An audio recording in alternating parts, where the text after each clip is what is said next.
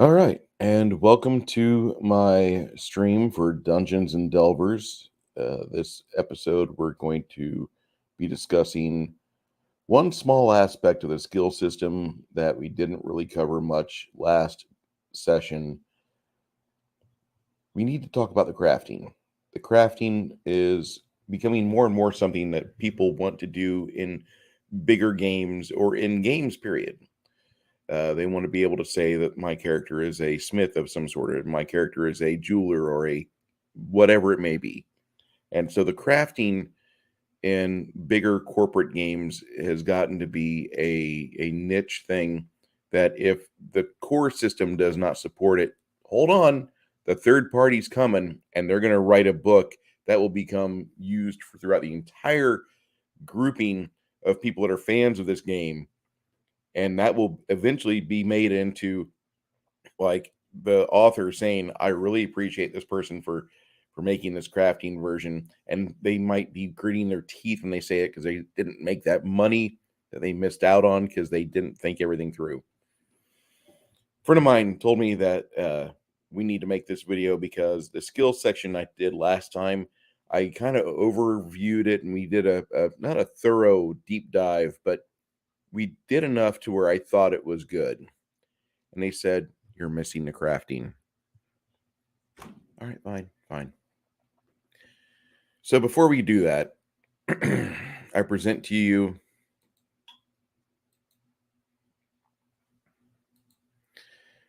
Bruce. Where could I get this game for Dungeons and Delvers? Well, that's easy. We go to BG Emporium for all of our game needs.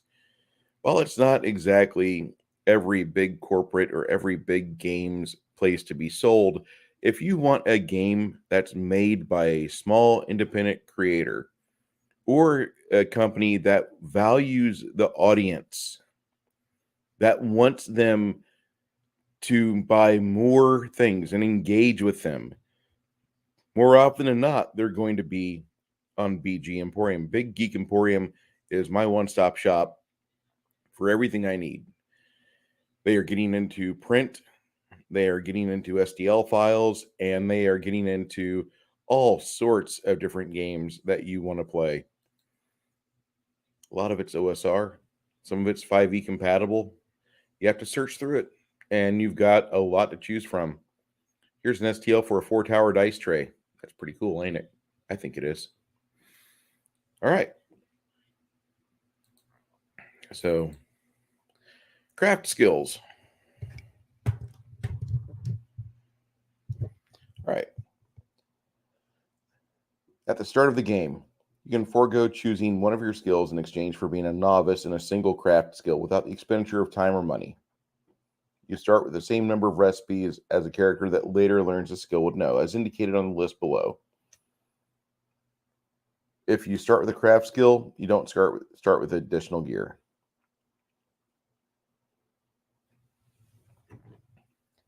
I'm blew it up so you could read it, and I'm going to take a drink of this very fine ale.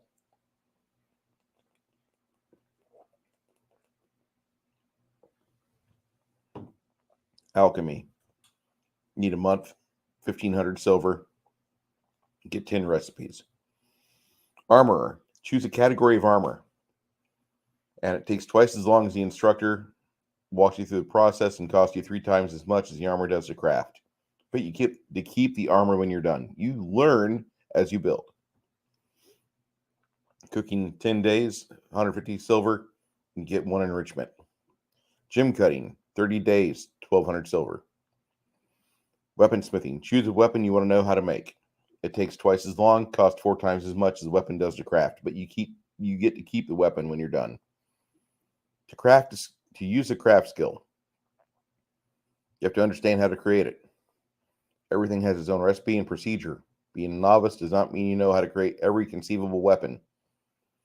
I wish people understood that. Being a novice does not give you mastery. You're a novice.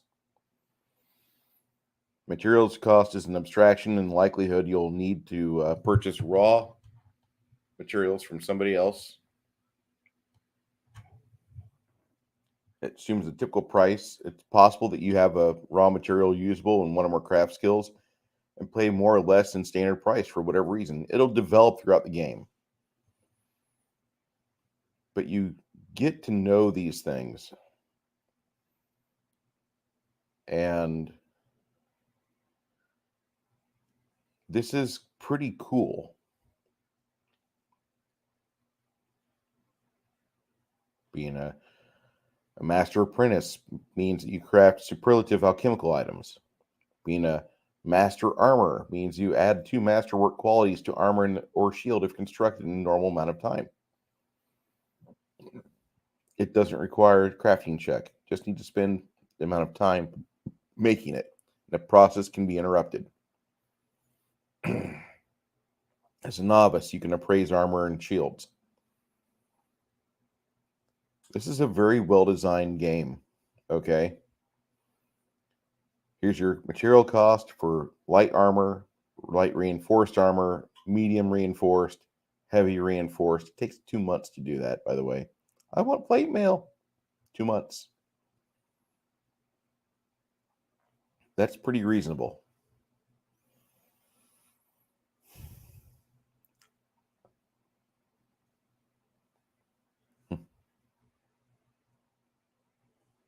That counts as 2 masterwork qualities. Given an AC bonus. Okay. For cooking, you get enrichments, which are like small bonuses. Attentive, you get a +1 bonus on perception and search. Brain food. If you roll a DC 15, you get a +1 bonus to make all checks to recall information. DC 15 increase it to a half hour. It's pretty reasonable. He's got some very reasonable amounts here. Gem cutting. That requires a gem cutting kit. You can't be gem cutter and just use your bare hands. The only necessary materials are rough or cut gem and D4 plus 4 hours. If your result's at least 13, determine the value by using the tables on pages 466 to 467. Modify it by your total gem cutting check. If it results less than 13 but more than 7, roll the gems as value is normal, then halve it. If you roll 7 or less, if your result is less than 7, it's ruined but can be used for alchemical purposes. I like this. This is really good.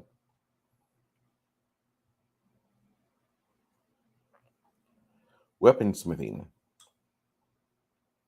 Add 2 qualities, masterwork qualities to weapon if constructed in a normal amount of time. Pretty cool stuff. Material times for swords are about 16 days. Long sword, 20 days. Short sword, 10 days.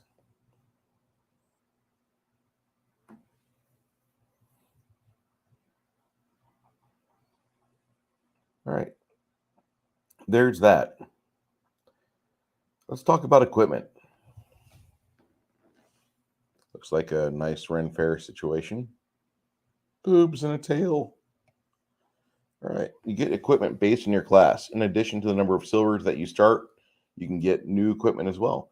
Based on campaign or adventure, you might get additional stuff or remove all of it if you're shipwrecked or imprisoned, or start off on a beach. That sucks. Starting wealth. Wealth and money, trading goods for services if money is exchanged. It's like copper and silver. Wealthy individuals as merchants or nobility will use gold or platinum coins. They will use gold or platinum bars if it's really big. Letters of credit or large amounts of good can be used as well. 1 silver piece equals 10 copper. 10 silvers equals a gold. Platinum is a little bit more rare. Each one's worth 10 gold pieces. 50 coins is a pound. Except for gold, which weighs twice as much. So 25 for gold. Encumbrance. Even a creature with a strength of 0 can carry 50 pounds without a lot of trouble. And he said +0, so that means like a 10 or 11. Character with a strength +2 can carry 70 pounds without issue. Somebody with a -1 can only carry 40 pounds. I like the way he does that. He doesn't even throw on a table there. There you go. A strength of 10 carries 50 pounds. A strength of 7, sorry, kid, you're weak. 40 pounds max. Race and class determine what you can use. If you're not proficient with it, you're at -1. If it's a basic weapon, -1. If it's -2, if it's advanced. Spend a skill point, become proficient with the basics, or reduce the penalty from an advanced weapon to -1. I like this. Armor penetration. Okay. Reach. Thrown. Two-handed. Versatile. Straight double-edged weapons with a cruciform hilt and intended to be used with one hand. Flail, like an agricultural tool. It consists of a cylindrical head attached to a pole by rope or chain. It gives you a +1 bonus to your attack roll. Also, it's a bludgeoning instrument, so if he does stuff with skeletal undead, it's good for that too. Bludgeoning for skeletal undead. Here he has his pictures of weapons. Basic melee weapons. Flail does D8. Properties is two-handed. Basic range weapons. Advanced melee weapons. A longsword in his game does 2d6 damage. Polearm does D10.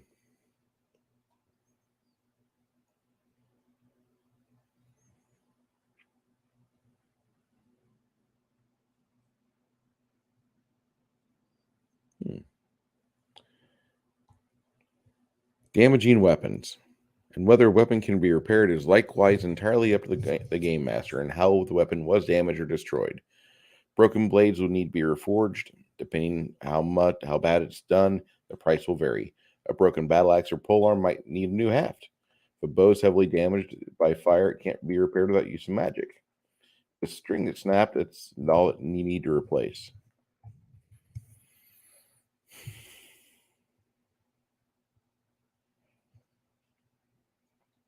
Armor and shield proficiency. Armor class. Damage reduction. Here's something neat about his game. All armor grants damage resistance. Unless it specifies otherwise, when you suffer damage, reduce your armor's DR to a minimum of 0. I like that.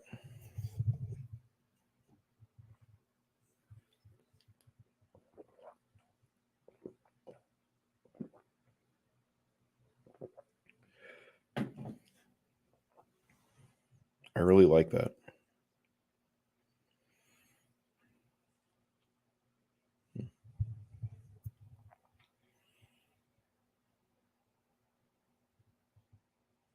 Damaging armor and shields.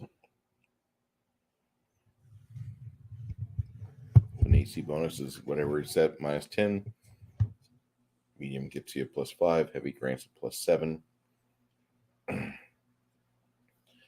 If the armor is damaged so terribly that the AC bonus is reduced to 0.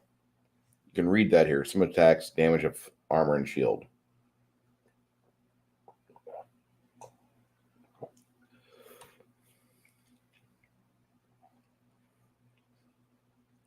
It gets reduced down to 0 +0. That DR no longer applies. And it will still impose skill penalties and weighs you down until you remove it. Armor is destroyed might still be able to be repaired. Materials might be able to be used in crafting a new set of armor. Chainmail is a good thing.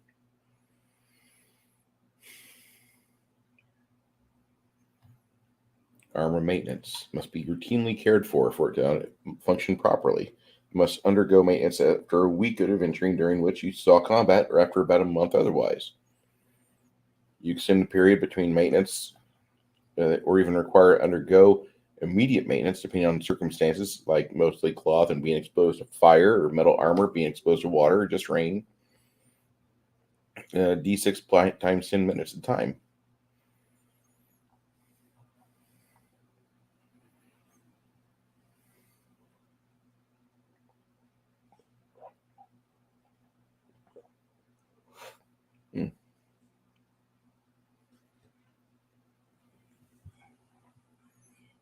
Not bad.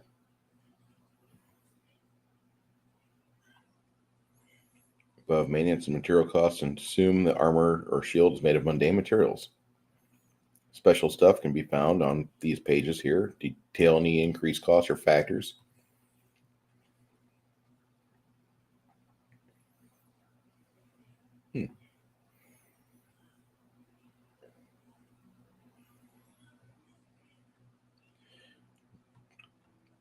Breaking armor has penalties. That's good. It's a routine downtime activity, something you deal with mostly after returning to town after an adventure. You deem it as unnecessarily granular, tedious, forgotten, or possibly ignored. It will not drastically affect the game. Dungeon masters are free to ignore it, use it when they happen to think about it, or even get a random chance for armor to not require maintenance during a given period of time. I like the fact it's got a cost material-wise and time-wise. Monk implements.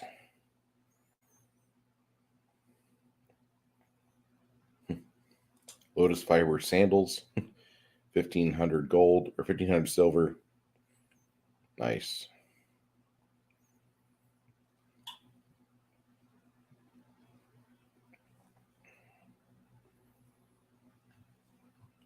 I like what I'm seeing here. Weapons is similar to Cestus, made from Kirin hide and capped with thick sections of Kirin hoof. While worn, the monk gains access to Kirin's horn talent. Key cost is increased by 1. If you already have the horn talent, when you spend key to charge your fist, the duration is increased by 5 rounds. All right. Like I said, I do want to play a monk in this game. This looks like a fun game for monks. Phoenix Cloak. As long as you have at least 1 key, you can gain fire resistance equal to your wisdom. Nice.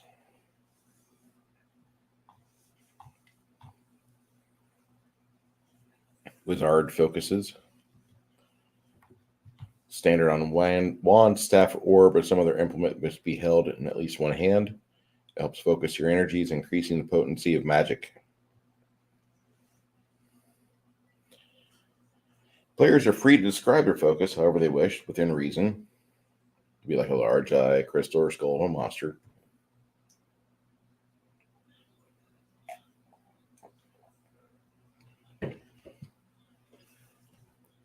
This is a really cool game. Not trying to give too many platitudes here.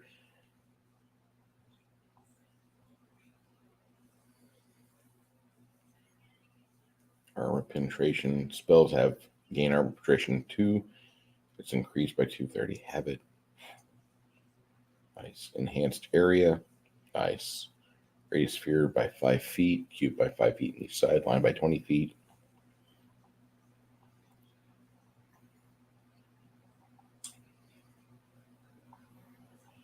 This looks like a very well done game. Good God.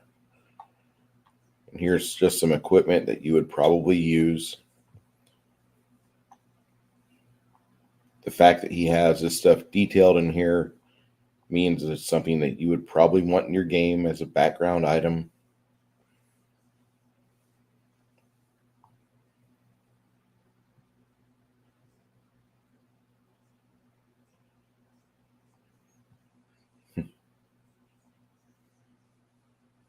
Portable rams are two-person thing. You bash in a door, adding both strength modifiers to the D20 roll, and get an additional +2 bonus. That's pretty cool. They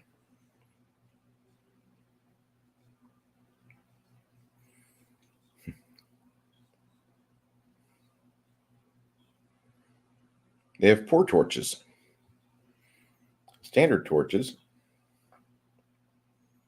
They burn for 30 minutes. If you lose it as a melee weapon, it deals D3 fire damage. Dungeoneer's pack. Explorer's pack. Healer's Pack. Commoner clothing. No shoes or wrappings at best. Typical clothing of higher quality wool, often dyed an inexpensive color like blue or green. It includes a pair of shoes. Fancy clothing that's routinely worn by wealthier commoners or only for special occasions. Craftsman quality is more formal, less than fancy. You usually have a thick apron. Entertainer clothing. Looks flashy or fancy, specifically designed to reveal or emphasize certain regions of the body and or more easily perform acrobatic stunts. Monk robes. Nobleman outfit. Inn. Here's the cost. Good, common, poor. Meals. Good meal is 5 copper. Poor meal is 1. Like ramen.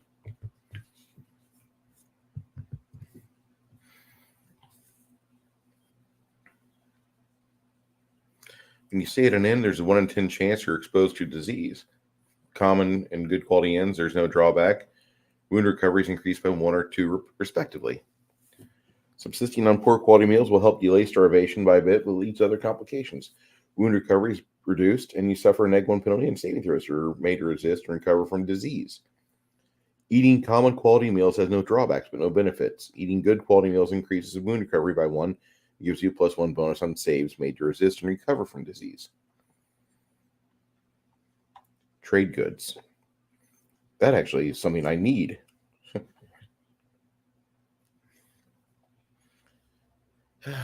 Animals. Animals are cool. Mounts. Tack and harness. Here's the feed. Saddle pack. Riding saddle. Saddlebags. Stabling per day.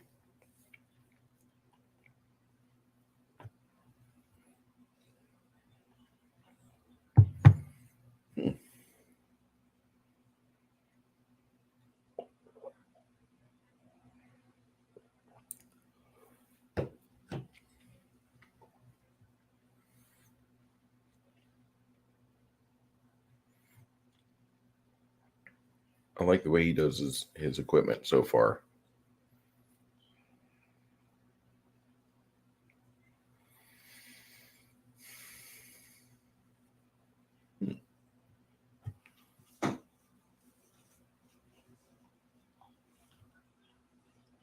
He has vehicle rules here.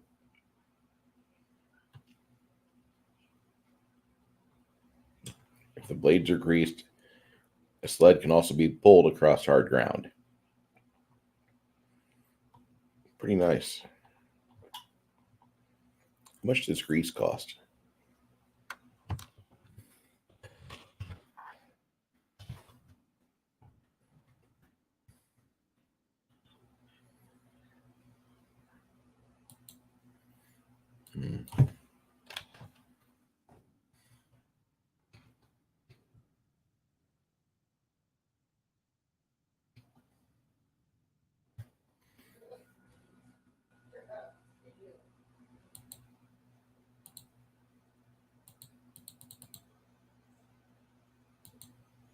All right, not going to worry about that.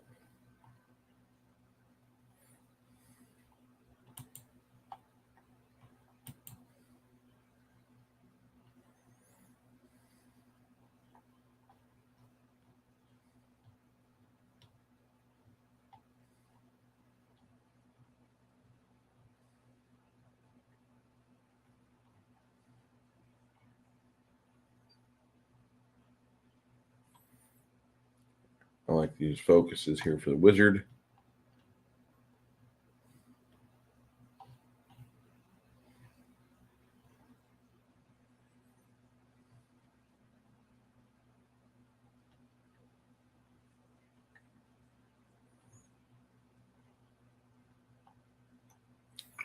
Oil per flask, 5 copper. Okay.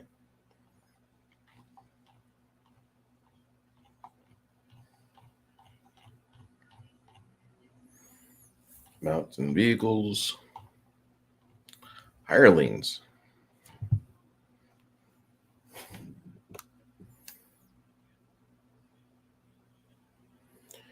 pretty nice setup there for cost per days, cost per weeks.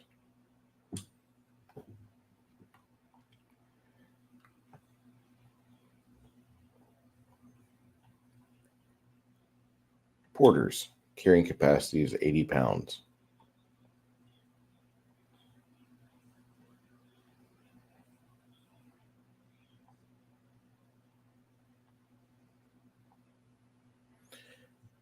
Porters are quite strong and tough. They're not trained for combat, but still wield a weapon better than a typical commoner. Yeah.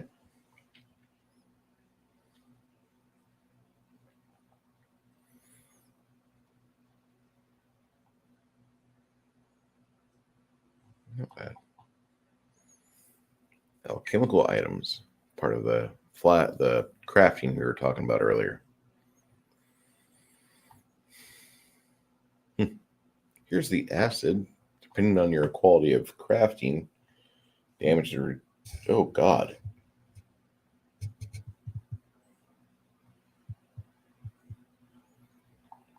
Fuck.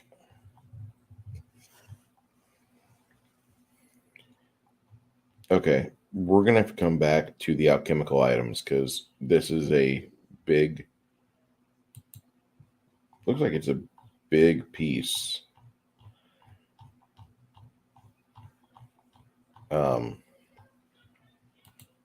Oh. And we will be resuming our Dungeons and Delvers stream. I'll also be adding some other reviews to all of this throughout the week. Appreciate everybody stopping by. Just finished a stream with Janet. And after I had some liquids, I was feeling better and I wanted to get back at this. Thank you for stopping by again, and we will see you here in the coming days. Good night.